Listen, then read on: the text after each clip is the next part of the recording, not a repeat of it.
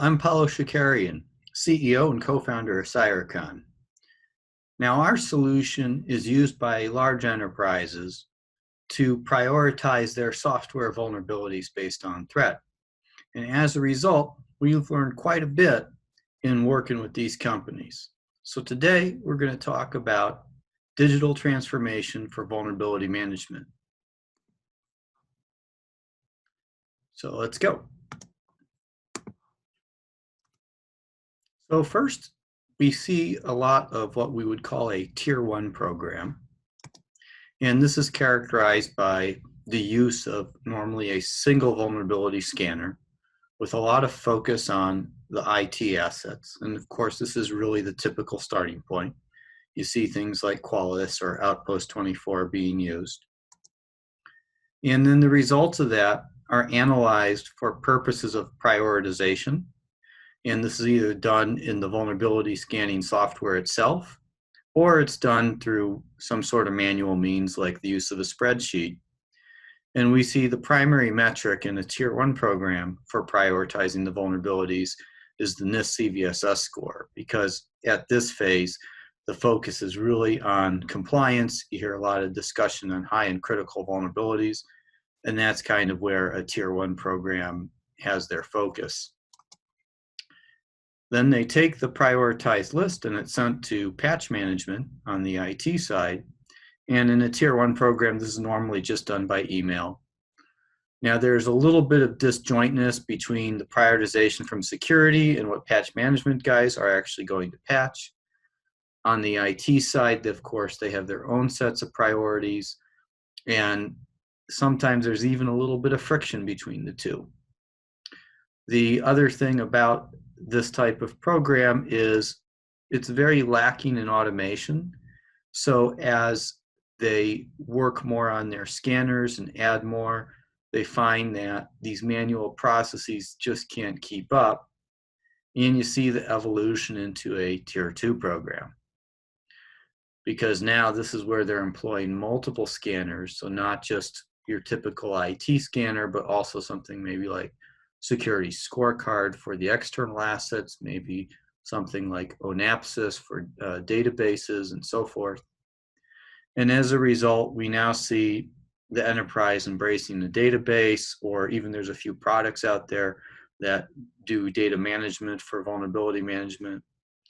And now that they've brought a database into play, they feel more comfortable in ingesting other feeds of information, things like ExploitDB or the pen tester toolkits.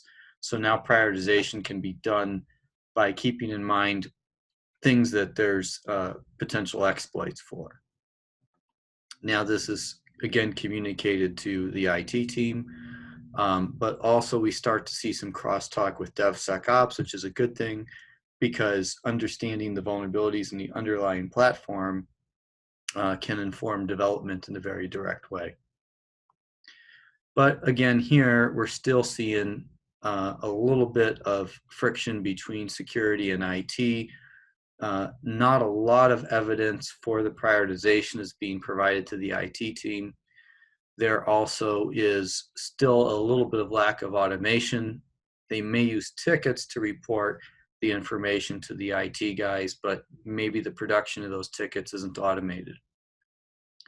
So this leads us to the tier 3 program. Again, we see multiple scanners, and the number of scanners may even go further. You might see companies that engage with scanning of IoT devices.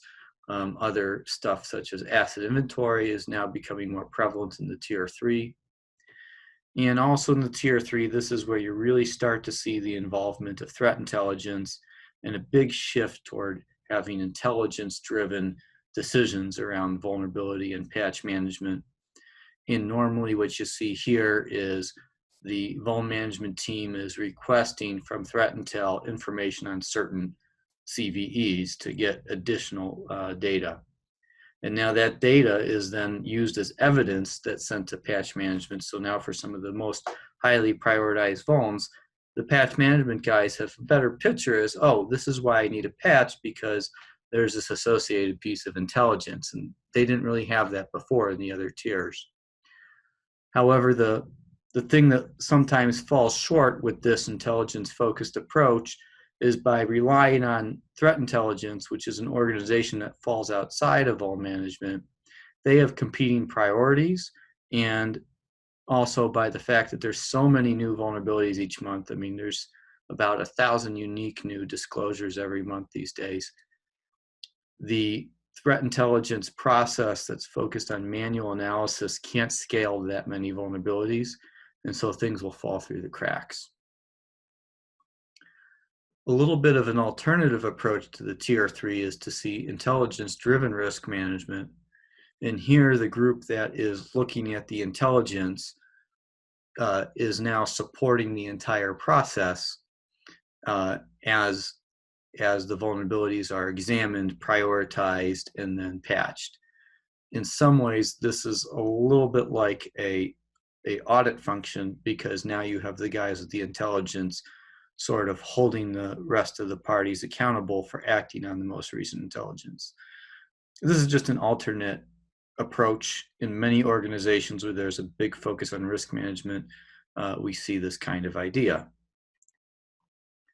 Now, how does Scorecard benefit digital transformation for vuln management?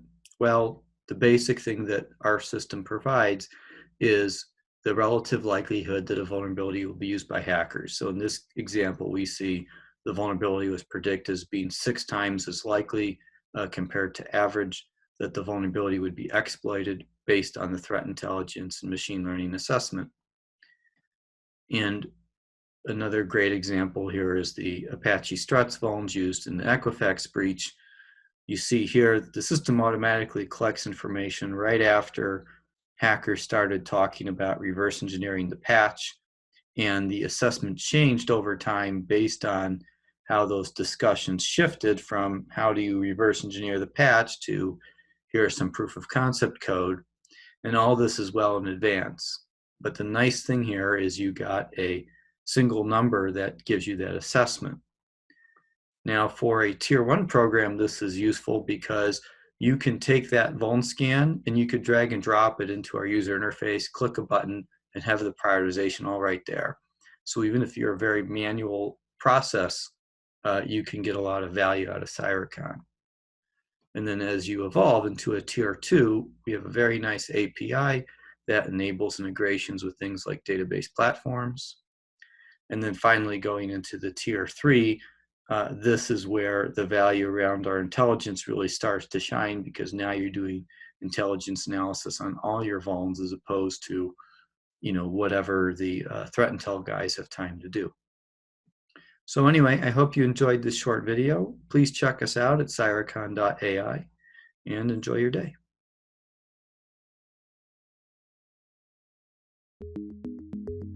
If you're interested in learning more, please go to scorecard.ai and you can find this report along with others available for download. Thank you.